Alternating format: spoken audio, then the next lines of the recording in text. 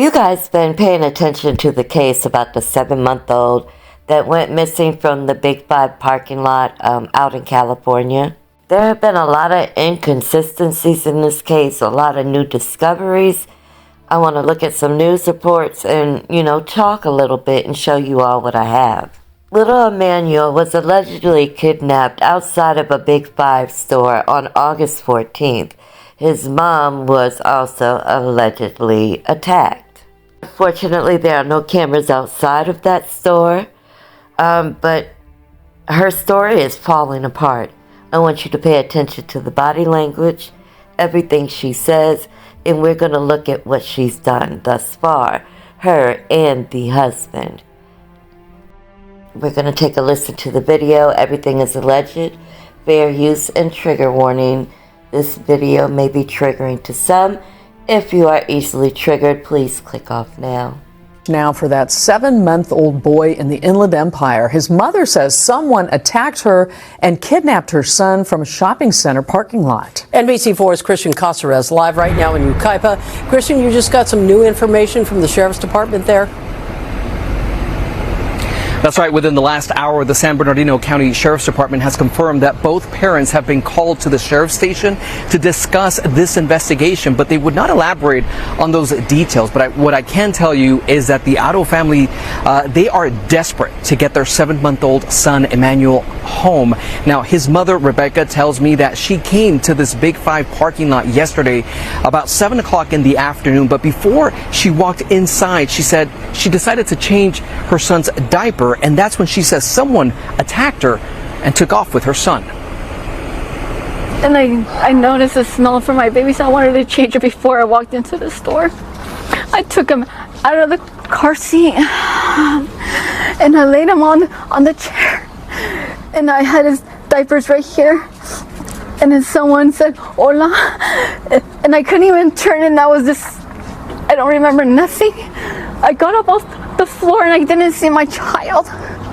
Someone took him from me. He has a little lazy eye. What's the only thing that's distinctive about him, that he has no birthmarks. Light skin. Beautiful, healthy baby boy. 7-month-old baby boy. Well, the parents who live in Cabazon, about 24 miles away, were in town for their son's sports competition yesterday. Now, the family says a big challenge they face is that the parking lot has no security cameras. Now, this afternoon, Yucaipa police releasing a statement saying investigators from our Specialized Investigations Division are continuing to investigate the reported kidnapping of a 7-month-old after the child's mother reported being attacked outside a retail store on Yucaipa Boulevard last night. K-9 sent tracking dogs were deployed, but the child was not located. No suspect information is available at this time. And as we come back out here live, you can see a group out in the far distance. We're told that a search group is being organized this afternoon to help the family. They're going to be combing through the area, talking to people to see if they can hopefully find some witnesses, find something that can help the family locate their son.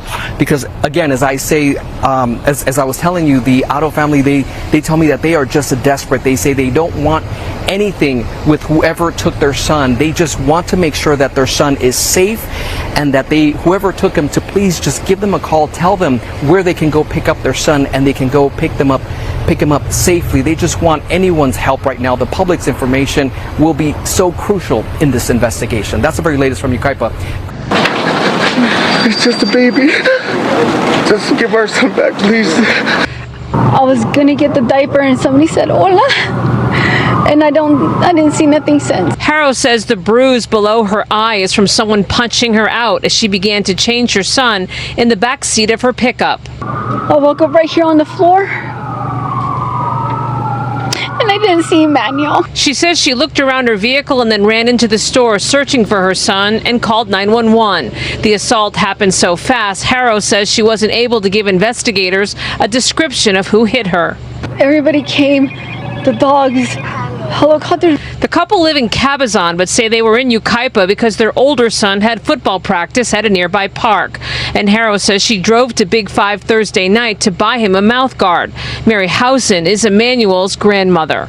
They're not going to hurt that baby. That couple were just home buddies. She says investigators have questioned the couple twice. She can't handle it anymore. She's been without her baby since yesterday afternoon. If you have my grandson, please give it to his mom. She's going crazy. Please have mercy on her. Many have asked why no Amber Alert in this case. The Sheriff's Department says because they have no suspect or vehicle description, it does not meet the criteria for an Amber Alert. I played both interviews for a reason. I want you guys to clock the inconsistencies and the consistencies in this situation. Now, every time she does an interview, she's doing this fake hyperventilating, fake crying, because there are absolutely no tears. It seems contrived. It seems misleading. You can tell they are hiding something. And now that these inconsistencies are being pointed out, they have refused now to talk to the police any longer about this case. Now, I've done a lot of true crime cases, and anytime there's a child that is missing, that has been allegedly kidnapped, it's always the parents, the foster parents, whoever is watching the child at the time of the disappearance. Like most of the times, if there is a kidnapping, you still will know the person. That person will come around you, get to know you, and then come in and kidnap your child. You'll be able to tell the difference. There was no kidnapping in this. The bruise on her face looks extremely old. That's not a fresh bruise.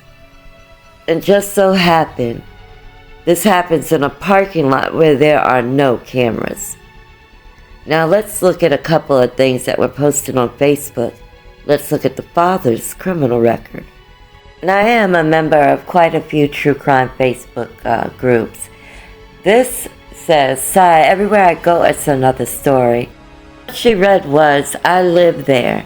Many witnesses have already told the police she did not have the baby at that football field."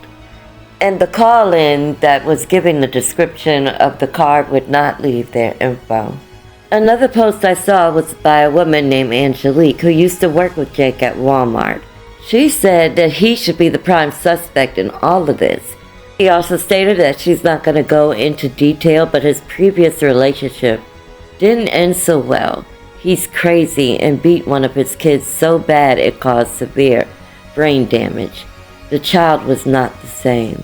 Now let's talk about that accusation, because there is a criminal record of the father doing just that. You see here that the state pursued charges, it's the state of California, against Jake Haro. In 2021, he was charged with willful child cruelty.